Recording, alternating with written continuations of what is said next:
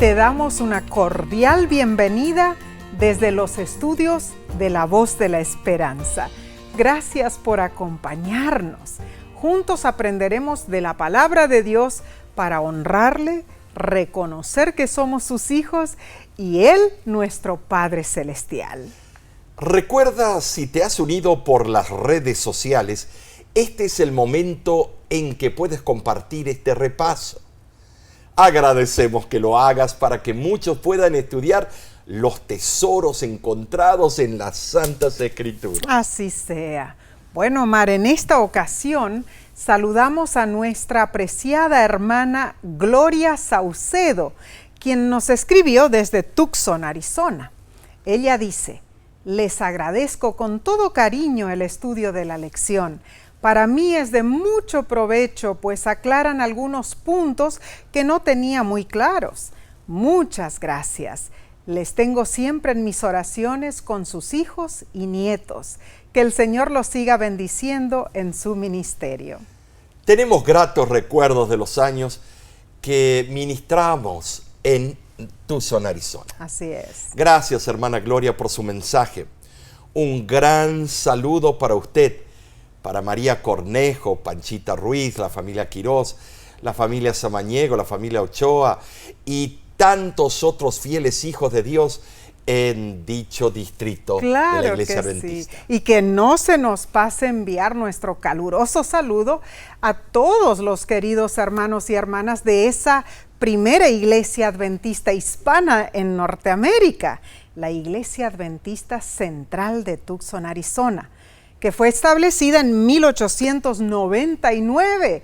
¡Wow, Omar! Cumple 125 años. Gran celebración, en verdad, de la obra hispana en Norteamérica. Que Dios siga bendiciendo su iglesia. Amén. Bien, antes de proseguir, oremos. Amén.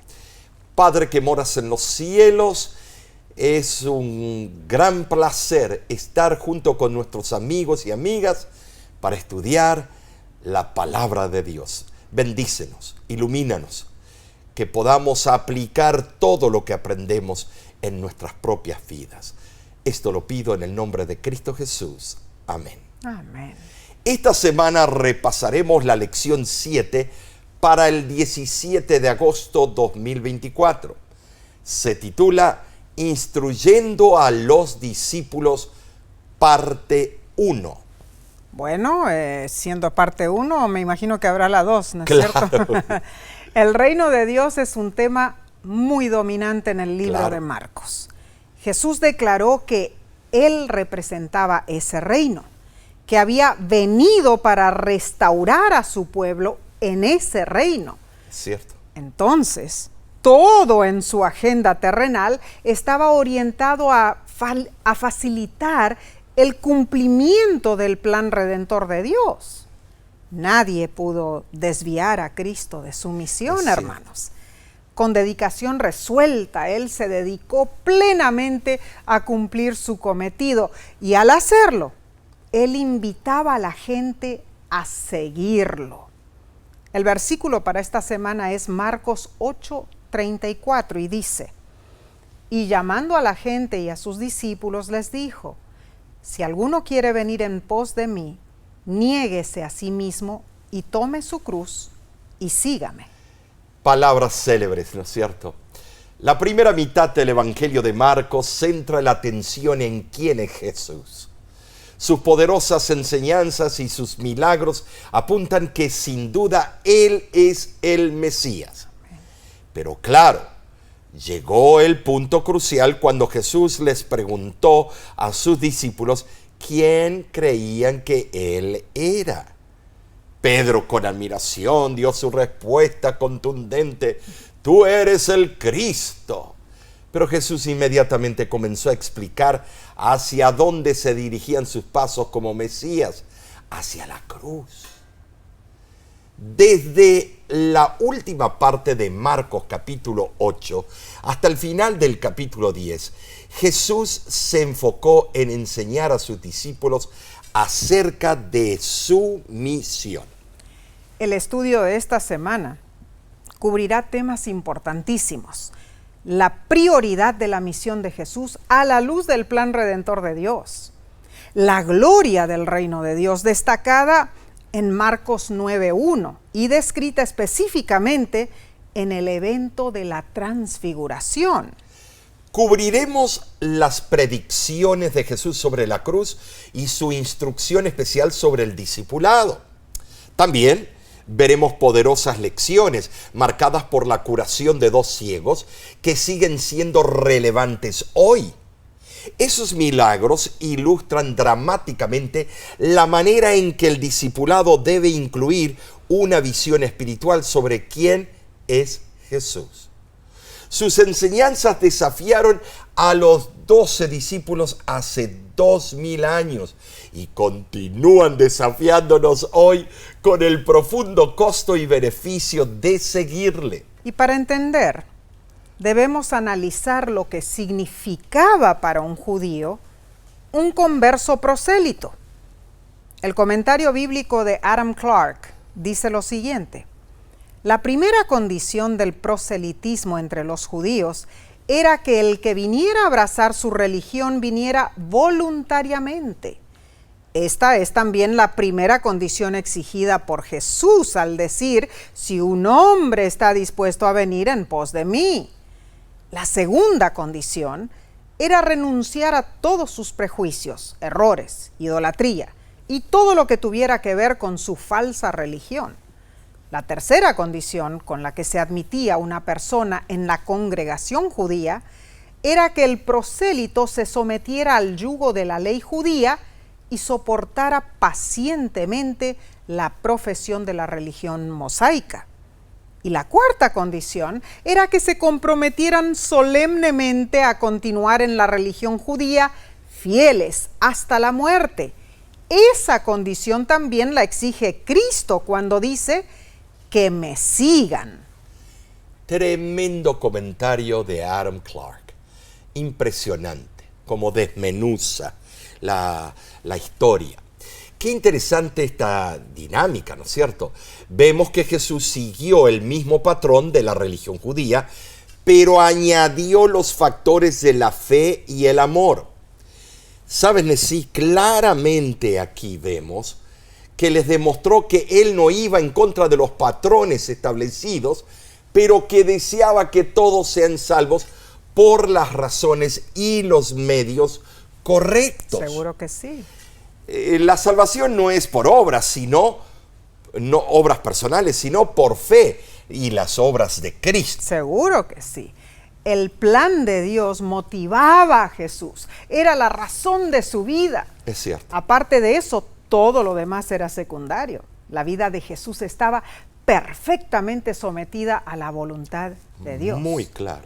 Y de la misma manera, los seguidores de Jesús solo podemos reclamar ser verdaderamente suyos cuando vivimos una vida centrada en Dios y centrada en su plan para nuestra redención. Esta temática es profunda, Omar, fascinante, y nos hará reflexionar. Analicemos entonces la lección del domingo 11 de agosto titulada Viendo claramente. La dinámica de este día se basa en Marcos capítulo 8, versículos del 22 al 30. Surge la pregunta: ¿por qué Jesús usó 2 toques para sanar al invidente? Varios ciegos fueron curados por Jesús, pero esta narración solo aparece en Marcos 8. Es el único milagro que Jesús obró en 2 etapas, Nesí. Interesante. Ahora, me enternece el detalle, Omar, de que Jesús tomó al hombre de la mano y lo condujo fuera del pueblo. Jesús se conmovió por la discapacidad del invidente, claro, ¿no es cierto? Ahora, ¿por qué utilizó 2 etapas para sanarlo? Bueno, yo no creo que fue falta de poder por parte de Jesús, de ninguna manera, ¿no? Aunque no hay razón aparente para emplear ese método inusual, cuando el hombre recuperó parcialmente la vista, su fe aumentó. y creyó que Jesús podía restaurarlo completamente. O sea que Cristo lo estaba probando. ¡Wow! Personalmente creo que la variedad y el orden son características de la obra de Dios. Amén. Había una plétora de recursos y una diversidad de administración que indicaban el poder de aquel que desde el principio estaba con Dios y era Dios. Seguro. El milagro en 2 etapas representaba una parábola que ilustra cómo la percepción espiritual y también a veces toma tiempo. Claro. A menudo nos impacientamos con Dios porque vemos solo lo que está delante de nuestras narices. En nuestras campañas de evangelismo tenemos que lidiar con varios borrachos que interrumpen las reuniones. Cierto. Sí, no sé si te acuerdas hace poco tiempo, te acuerdas de aquella noche de reavivamiento, cuando un hombre ebrio pasó a la plataforma y empezó a bailar al lado mío mientras yo predicaba. Sí, Yo me lo quería colgar, agarrarlo como un yoyo. Sí, recuerdo, Omar. Y se levantaron varios para echar al hombre de allí, Yeah. ¿no es cierto? Pero me acuerdo que tú les dijiste que lo dejaran tranquilo al hombre. Ahí me calmé yo. Y continuaste predicando. Y él seguía bailando. Y él seguía bailando. Pero ese hombre terminó aceptando a Jesús como su salvador personal. Llevó tiempo, es cierto. Paciencia. Paciencia, tenacidad. Pero Dios tenía todo bajo control. Como dijiste, Omar, nosotros solo vemos lo que está delante de nuestros ojos, pero Dios ve el potencial. Y muchas veces, con paciencia, Él realiza su obra milagrosa en 2, 3, 4 o más etapas. Lo peor de todo es que él me quiso sacar a mí a bailar. Ay, ay, ay, hermanos. Visualizar la curación del invidente como una parábola nos abre el entendimiento. Cierto. El patrón literario que Marcos utiliza en esta sección de su evangelio afirma esta forma de interpretación. Notemos que al enseñar a sus discípulos sobre su muerte y resurrección, Jesús inició y concluyó su instrucción con la curación de un ciego. Definitivamente la restauración de la vista es una metáfora para el discipulado sabio y perspicaz. La metodología de Jesús es perfecta. Ahora, muchos profesores en sí les gusta hacer preguntas. En verdad, hermanos, hacer preguntas es una clave experta para desbloquear la comprensión de un estudiante. Jesús también utilizaba ese método. Notemos que los textos de Marcos capítulo 8 marcan el punto de inflexión del libro. Hay 3 características que corroboran esto. Número 1. Por primera vez Jesús preguntó a sus discípulos sobre su identidad. Número 2. Pedro fue la primera persona no poseída por demonios que declaró que Jesús es el Mesías. Y número 3. Al revelar su identidad, Jesús comenzó a explicar a dónde iba, a la cruz. Ahora, al reconocerlo como el Mesías, Jesús pidió a sus discípulos que no divulgaran su identidad. ¿Por qué? Esto parece contradecir la idea de establecer el reino de Dios, ¿no es cierto? ¿Una paradoja? Pero en los días de Jesús, un Mesías involucraba connotaciones políticas de derrocar el dominio romano y Jesús no había venido para ser esa clase de Mesías. Por eso pidió, guarden silencio. Por otro lado, quizá Jesús usó el método a la inversa. Pidió que no dijeran nada para que ellos, por naturaleza humana innata, lo comunicaran a todos los vientos, pero con el motivo debido y la razón correcta. Bueno, si nos transportamos a estos días y vemos los superhéroes de hoy, Batman se esconde tras la identidad de un hombre rico de negocios. A ver, Omar, ¿qué otro superhéroe está? Spider-Man, el hombre araña. Ese aparenta ser un estudiante de colegio, ¿no es cierto? ¿Y Superman? Superman, el periodista. Sí, se esconde detrás de sus lentes para despistar quién es él, ¿no es cierto? Cada superhéroe se esconde detrás de una carátula. Jesús, sin embargo, directamente les dijo a sus discípulos que no divulgaran su identidad. Y él sí era de verdad el superhéroe. Amén. Pero notemos, los mandatos de guardar silencio son piezas de un rompecabezas. De hecho, cada mandato vino después de una escena significativa de autorrevelación. Tremendo eso. Esos mandatos de no decir nada parecen jugar diferentes roles basados en la audiencia. Algunos son de afuera o no son seguidores de Jesús. Otros son de adentro, o sea, esos siguen a Jesús. Claro, son diferentes tipos de grupos, ¿no es cierto?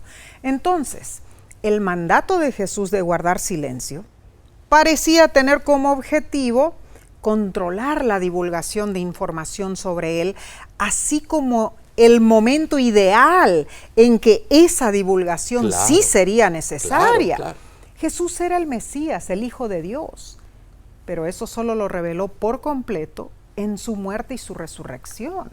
Pero, ¿qué de nosotros, los lectores del Evangelio de Marcos? Sabemos que Jesús es el Mesías. Amén. Y sabemos cómo concluye la historia, pero nosotros también luchamos con la incomprensión. Wow. Como las multitudes de antaño, nos atrae un Jesús, hacedor de maravillas, pero ignoramos su llamado a seguirle. Como los discípulos queremos un Cristo diferente, de nuestro propio diseño, hermano. Bueno, en verdad, Omar, lo que nos debe importar es que el misterio ya fue revelado, ¿no es cierto? Cumpliéndose el tiempo profetizado, Así Cristo es. Vino, murió, resucitó y ascendió al cielo. Cumplió su misión por amor a nosotros, hermanos. El secreto ya no existe hoy. Tenemos la completa revelación de Cristo Jesús. Ya nada está oculto. Amén. Y lo maravilloso es que Él pronto regresará a buscarnos. Así que no debemos quedar en silencio ahora, de ninguna manera. Debemos decir a todos quién es Cristo para nosotros y avisar que Él está pronto en regresar a esta tierra. Sí. Bien, vamos a continuar con la sección del lunes 12 de agosto titulada El costo del discipulado. Y fue, la verdad, un tremendo concepto para los discípulos. Seguro. Seguir a Jesús nunca es fácil. Algunos predicadores se paran, no, es fácil, ligera la carga. No saquen de contexto lo que ese versículo dice. Caminamos a contramano de esta vida. Cierto. Porque el enemigo constantemente nos quiere destruir. Pero cuando aceptamos el rol de discípulos, adoptamos la disciplina requerida para honrar al que se lo merece, Jesús. Amén. No es disciplina severa ni autoritaria. Es la clase de disciplina adoptada por un atleta que se entrena o por un estudiante de una rigurosa carrera en leyes, música, medicina o ciencias, en la que si no estudia, fracasa. Claro que sí. La mayoría tenemos una idea de lo que implica esforzarnos para lograr una meta, ¿no es cierto? Leamos Marcos, capítulo 8, versículos 31 al 36, donde dice: y comenzó a enseñarles que le era necesario padecer mucho, ser muerto y resucitar después de 3 días. Entonces Pedro le tomó aparte y comenzó a reconvenirle. Pero él, volviéndose y mirando a los discípulos, reprendió a Pedro diciendo: quítate de delante de mí, Satanás, porque no pones la mira en las cosas de Dios, sino en las de los hombres. Les dijo: si alguno quiere venir en pos de mí, Niéguese a sí mismo y tome su cruz y sígame, porque todo el que quiera salvar su vida la perderá, y todo el que pierda su vida por causa de mí y del Evangelio la salvará. Porque ¿qué aprovechará al hombre si ganare todo el mundo y perdiere su alma? Ay, qué emocionante estos versículos, La estos verdad. pasajes. Me emocioné cuando lo estabas leyendo. Tremendo. Siendo lectores de Marcos, tenemos ventajas sobre los discípulos porque conocemos quién es Jesús. Amén. Pero los discípulos recién a esta altura llegaron al punto de inflexión crucial en su relación con el Maestro. Cierto. Acababan de percibir que Él es el Mesías. Wow. Acababan. ¿Sabes? Cuando inicialmente Jesús los llamó, prometió transformarlos en pescadores de hombres, pero no les habló de los desafíos involucrados. Sin embargo, ahora que habían descubierto quién realmente era Jesús, Él les reveló el objetivo de su misión. Tendría que padecer, ser rechazado, crucificado y que después de 3 días resucitaría. Esa fue una noticia impactante y escalofriante. ¿Y Pedro? Al oír de los desafíos que enfrentaría Jesús, no pudo guardar silencio. Quiso librarlo de su suerte inminente, como para decirle: Señor, que de ninguna manera esto te acontezca. Pero Jesús lo reprendió. Llamó a Pedro Satán y le dijo que se apartara de su camino por no actuar de acuerdo con la voluntad divina. Habrá sido doloroso para Pedro. El deseado de todas las gentes, página 384, lo explica. Pedro amaba a su Señor, pero Jesús no le elogió por manifestar así el deseo de escudarle del sufrimiento. Las palabras de Pedro no eran de naturaleza que fuesen de ayuda y solaz para Jesús en la gran prueba que le esperaba. No estaban en armonía con el misericordioso propósito de Dios hacia un mundo perdido, ni con la lección de abnegación que Jesús había venido a enseñar por su propio ejemplo. Como seguidores de Jesús, somos llamados a tomar nuestra cruz y seguirle al Maestro. La crucifixión era el método de ejecución más cruel, humillante e intimidante que los romanos practicaban. Nadie quisiera morir en una cruz. Entonces, Nesí, ¿por qué tú crees que querría alguien tomar la cruz como símbolo de su devoción con Jesús? Buena pregunta, no es fácil. Ahora, Jesús no solamente explicó el costo del discipulado, sino también su gran valor. Amén. En la paradoja de nuestra fe cristiana, perder la vida se convierte en la manera de encontrarla. En contraste, ganar el mundo, pero perder la vida eterna no tiene sentido alguno. Wow, tremendo eso. El misionero Jim Elliot lo expresó elegantemente en su diario del 28 de octubre de 1949. Tremendo. Él escribió: no es tonto quien da lo que no puede conservar para ganar lo que no puede perder. Resulta que Jim Elliot escribió esto cuando él tenía solo 22 años de edad. ¡Qué sabio! Juxtaponiendo provocativamente la fugacidad de las ganancias mundanas con la vida eterna asegurada por Jesús. Jim Elliot sirvió como misionero entre los nómadas Waorani en las selvas del Ecuador. En aquel tiempo, los Waorani nunca habían oído hablar de Jesús. Resultó que luego de varios intentos para establecer contacto amistoso con ellos, Jim Elliot y sus 4 amigos fueron asesinados. Sí. El 8 de enero de 1956, Elliot ganó lo que no podía perder. Ese tipo de sacrificio fue el que Pedro al principio no pudo aceptar. Claro. Solo más tarde aprendió la importancia de ser humilde al servir a Dios. El teólogo Richard Glover mencionó lo siguiente: fieles son las heridas de un amigo, pero las heridas que inflige el Salvador son las más amables de todas. De la debilidad de Pedro aprendamos lo difícil que es ver toda la verdad. De la reprimenda de Cristo aprendamos que lo celestial no es buscar la gloria, sino la utilidad, incluso si solo podemos alcanzarla a través de una cruz. Tremendo eso. Si amamos esta vida, la perderemos, pero si la aborrecemos, conservaremos la vida eterna. Una paradoja. Pero nuestra vida terrenal pasa, hermanos, y estamos llenos de limitaciones. ¿Qué estamos haciendo para preservar nuestra vida?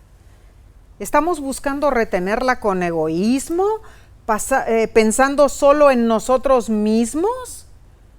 Jesús nos exhorta que si tomamos ese camino nos estamos destruyendo.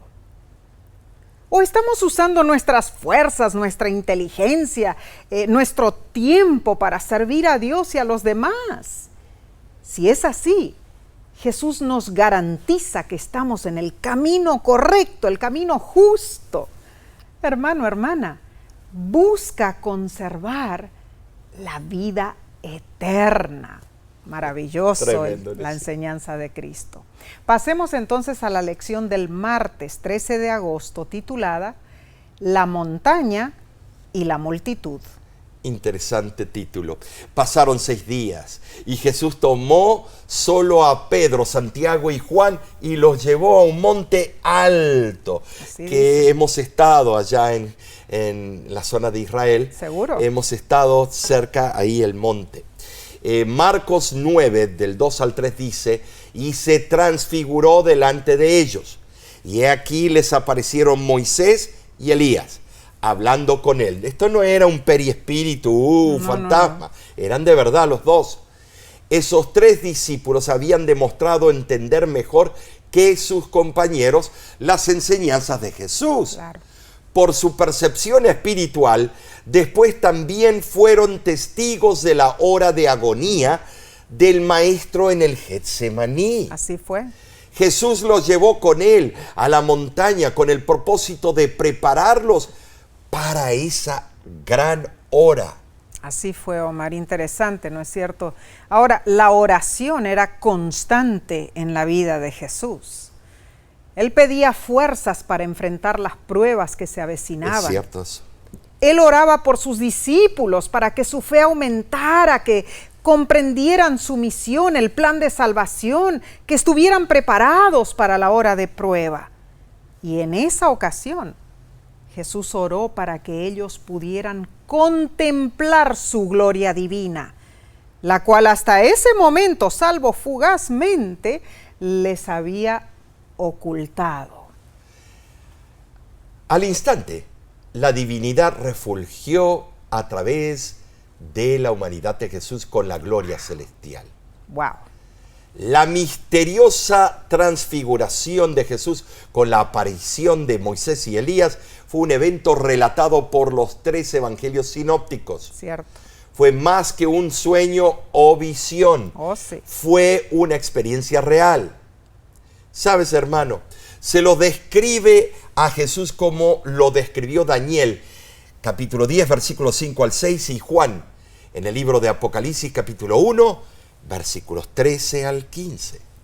Habrá sido impresionante.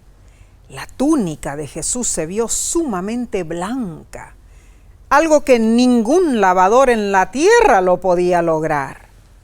El monte estaba a unos 10 kilómetros de Nazaret, por donde Jesús había caminado vestido de humildad y opacidad. Pero transfigurado, Jesús desanudó el vigor y la belleza de su ser y fulguró, fascinando a quienes lo contemplaron. El rostro de Jesús brilló con radiante luz. Era una gloria luminosa que parecía venir desde adentro. Era la gloria que Jesús había tenido en el cielo antes de asumir la forma humana. y será la gloria con la cual regresará a esta tierra. Cuando Jesús vuelva y nos conceda el don de la inmortalidad, nosotros también reflejaremos esa gloria. Apocalipsis capítulo 3, versículo 4 al 5 dice que las vestiduras blancas de los santos reflejarán la gloria de las vestimentas de justicia del propio Cristo. Gloria a Dios por eso. Ahora, Moisés y Elías aparecieron al lado de Jesús.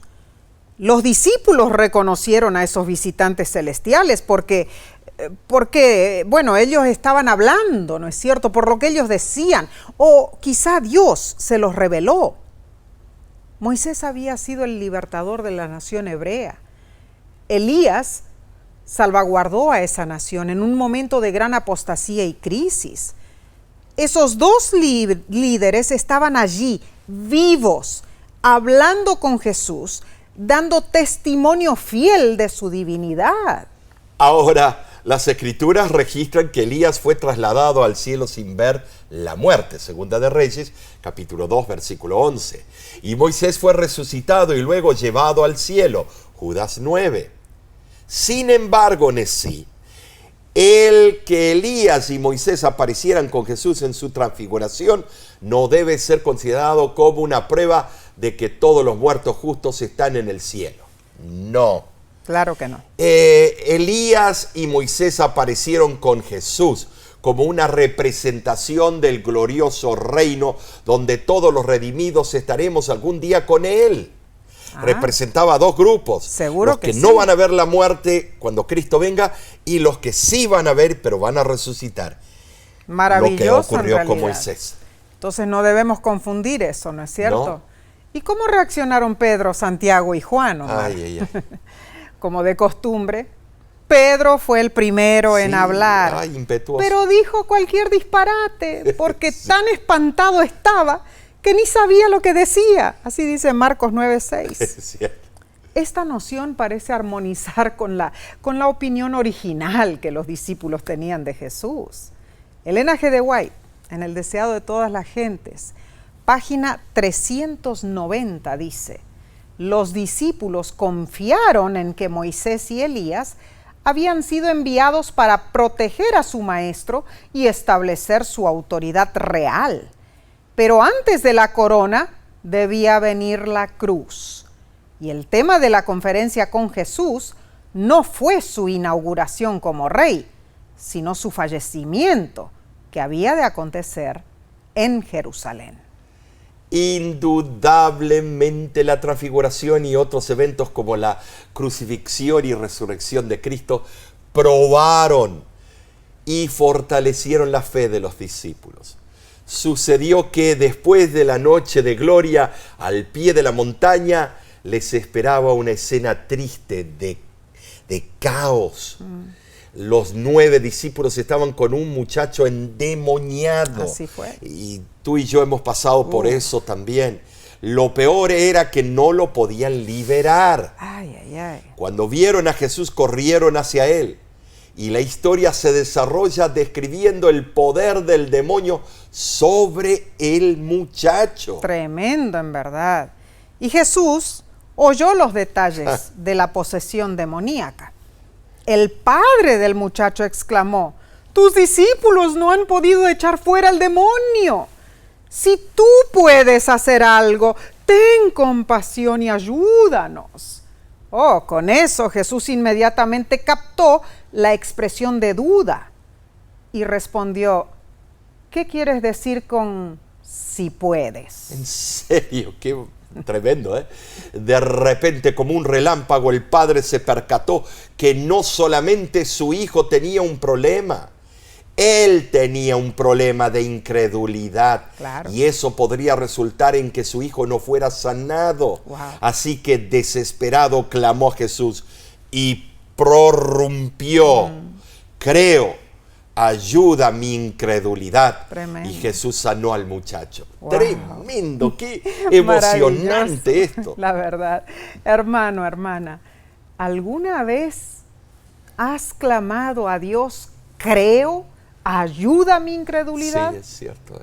Tú lees la Biblia, confías en que Dios cuida y dirige tu vida, pero a veces enfrentas algo que parece dominar tu fe, rindiéndola insuficiente.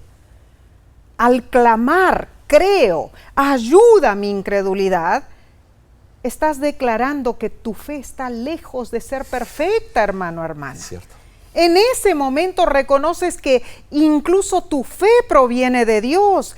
Es la obra de Dios en tu vida lo que te permite creer y obedecer. Amén. Alabado sea Dios por esta maravillosa verdad. Pasemos entonces al estudio del miércoles 14 de agosto titulado ¿Quién es el más grande? En esta sección Jesús hizo su segunda predicción referente a su muerte y resurrección. Como tarea, si puedes, lee Marcos capítulo 9, versículo 30 al 41. En esos 11 versículos vas a entender la dinámica de lo que estaba ocurriendo.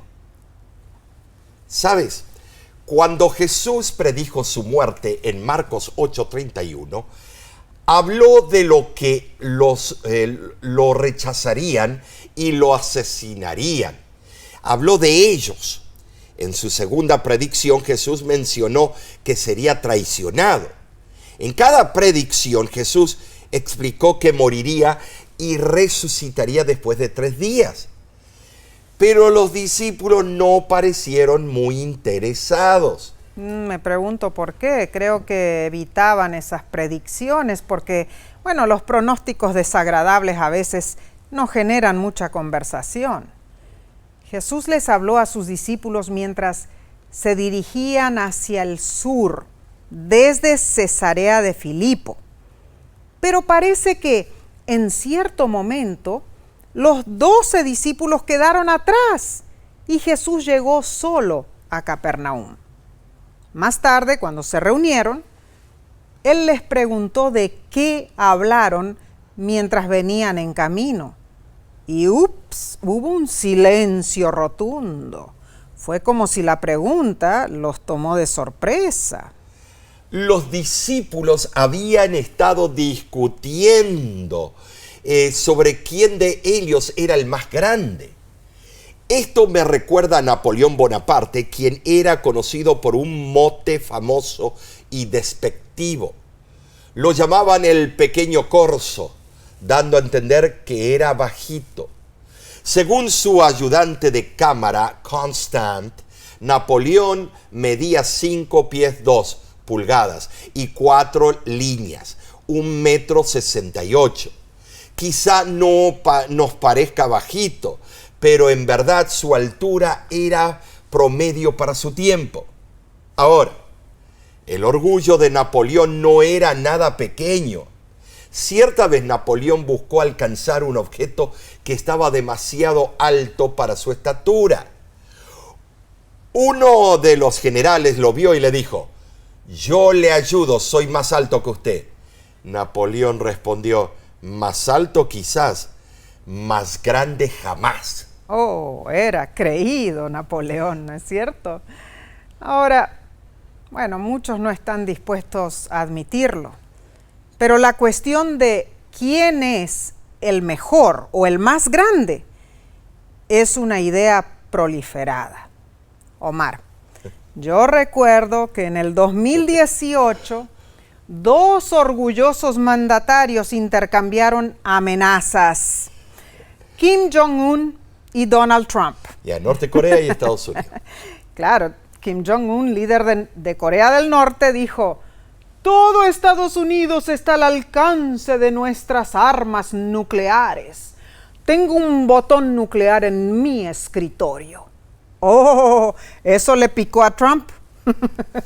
Así que él publicó en su cuenta de Twitter: «Alguien de ese régimen hambriento y empobrecido, por favor infórmele que yo también tengo un botón nuclear, pero el mío es más grande y más poderoso que el suyo y mi botón sí funciona. ¡Ah, tremendo!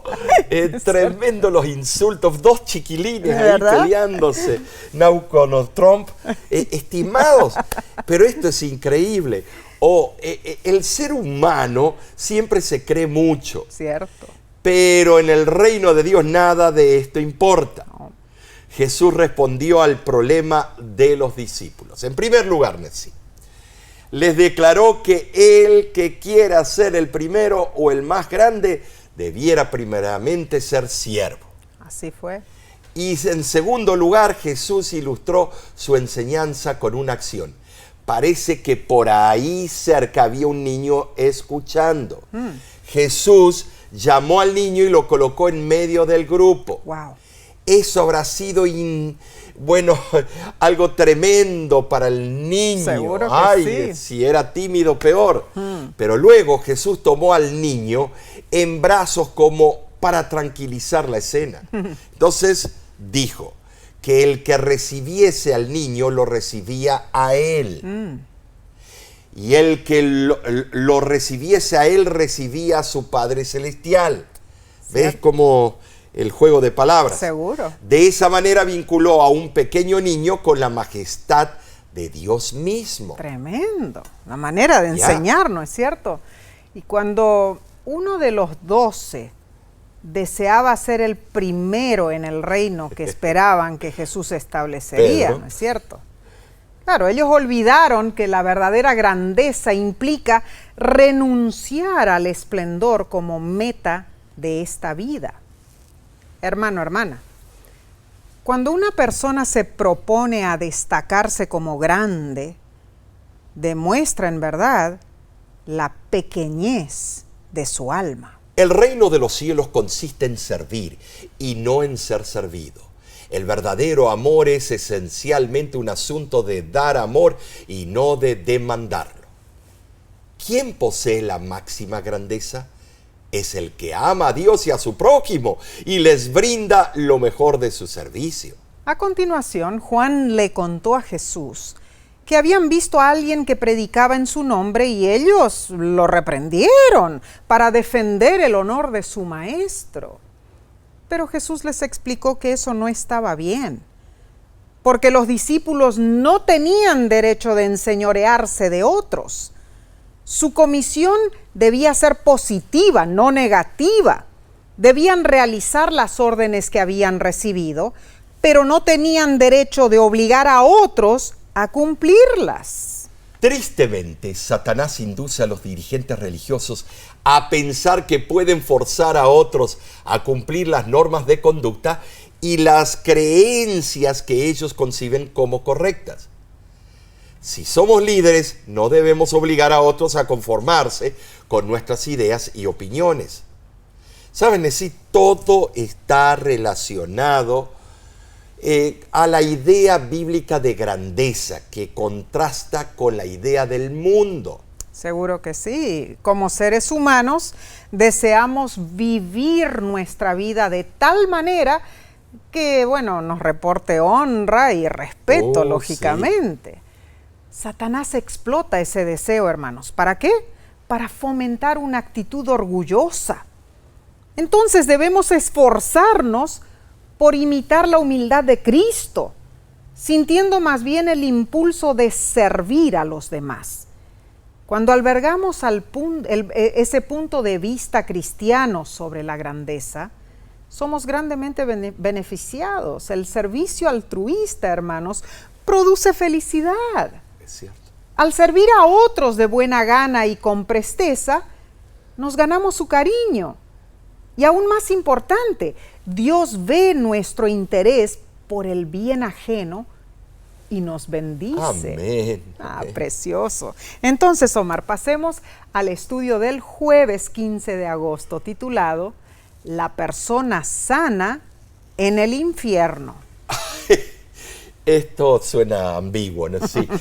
Esta es una lección cautivante. Sí lo es. Al principio, el texto de este día parece una colección de enseñanzas dispares de Jesús, reunidas sin ton ni son. Wow. Sin embargo, al estudiarlas cuidadosamente, cada enseñanza sucesiva tiene un lema relacionado con la anterior. Seguro que sí. Nessie, te voy a pedir un favor. Si tú puedes leernos Marcos capítulo 9, versículos del 42 al 49. Seguro que sí. Dice así: cualquiera que haga tropezar a uno de estos pequeñitos que creen en mí, mejor le fuera si se le atase una piedra de molino al cuello y se le arrojase en el mar. Si tu mano te fuere ocasión de caer, córtala. Mejor te es entrar en la vida manco que teniendo dos manos ir al infierno, al fuego que no puede ser apagado, donde el gusano de ellos no muere y el fuego nunca se apaga. Y si tu pie te fuera ocasión de caer, córtalo. Mejor te es entrar a la vida cojo que teniendo dos pies ser echado en el infierno, al fuego que no puede ser apagado, donde el gusano de ellos no muere y el fuego nunca se apaga. Y si tu ojo te fuere ocasión de caer, sácalo.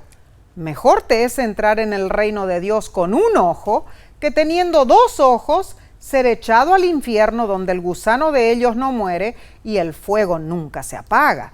Porque todos serán salados con fuego y todo sacrificio será salado con sal. Nessie, qué sabio, ¿eh? Wow. Si hacemos caso a estos consejos, las iglesias estarían llenas de personas mochadas o desmembradas. Nessie. Bueno, posiblemente. Pero recordemos que en Primera de Corintios, capítulo 8, versículo 9 al 13, Pablo amonestó a los cristianos maduros a no ser tropezaderos para los débiles en la fe. Seguro. Jesús posiblemente pensaba en algunos de los seguidores que eran aún niños en la fe y que podrían ser lastimados por las actitudes de otros. Ay de aquel que por precepto o por ejemplo induzca a otros a equivocarse, a desanimarse, para que no sigan en las pisadas de Jesús. Claramente los maestros y líderes tienen la importante tarea en el reino de Dios de cuidar a los nuevos conversos con especial atención. La frase hace tropezar es la enseñanza más punzante en este texto. Como lectores nos enfrentamos a dos enigmas. Número 1, ¿acaso Jesús literalmente enseñó a la gente a cortarse una mano, un pie o arrancarse un ojo? Número 2, ¿acaso Él enseñó sobre un infierno que arde eternamente? La respuesta a las dos preguntas es no. Jesús nunca ordenó ninguna mutilación. Eso es algo que el judaísmo rechaza. Lo vemos en Deuteronomio 14:1 y Primera de Reyes capítulo 18. Jesús usó hipérboles para expresar su punto. Si perder una mano, un pie o un ojo es terrible, peor desastre debería ser para el cristiano pecar. ¿Saben, Nessie? Jesús tampoco enseñó sobre un infierno que arde eternamente. El gusano que no muere no es un símbolo de un alma que no puede morir, sino que es símbolo de la corrupción que no puede ser purificada. Seguro. Profundicemos esta idea, Omar. Ok, veamos. Estos versículos presentan la vida en contraste con el fuego que no puede ser apagado. Romanos 6:23 presenta la vida en contraste con la muerte. Así es. En Juan 3:16, la vida eterna está en contraste con la perdición o destrucción. Muy bien dicho. Obviamente Jesús consideró el mismo contraste. El fuego que nunca se apaga está en oposición con el gusano que nunca muere. Es irrazonable que los gusanos puedan seguir viviendo en la presencia del fuego, hermanos. Entendamos esto claramente. El infierno no es eterno, pero sus consecuencias son eternas. Sí, cierto. No puede haber un Dios de amor y en una otra dimensión un fuego eterno. Juan 3:16 dice: porque de tal manera amó Dios al mundo que ha dado a su Hijo unigénito, para que todo aquel que en Él cree no se pierda, mas tenga vida eterna. Hermano, hermana, Dios es amor.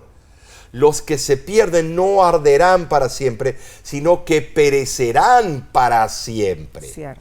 Esa es una gran diferencia. Tremendo. Y hagamos la diferencia, no como la Iglesia Madre Apostólica Romana quiso presentarlo para Seguro. asustar a todos sus feligreses. Claro, claro que sí.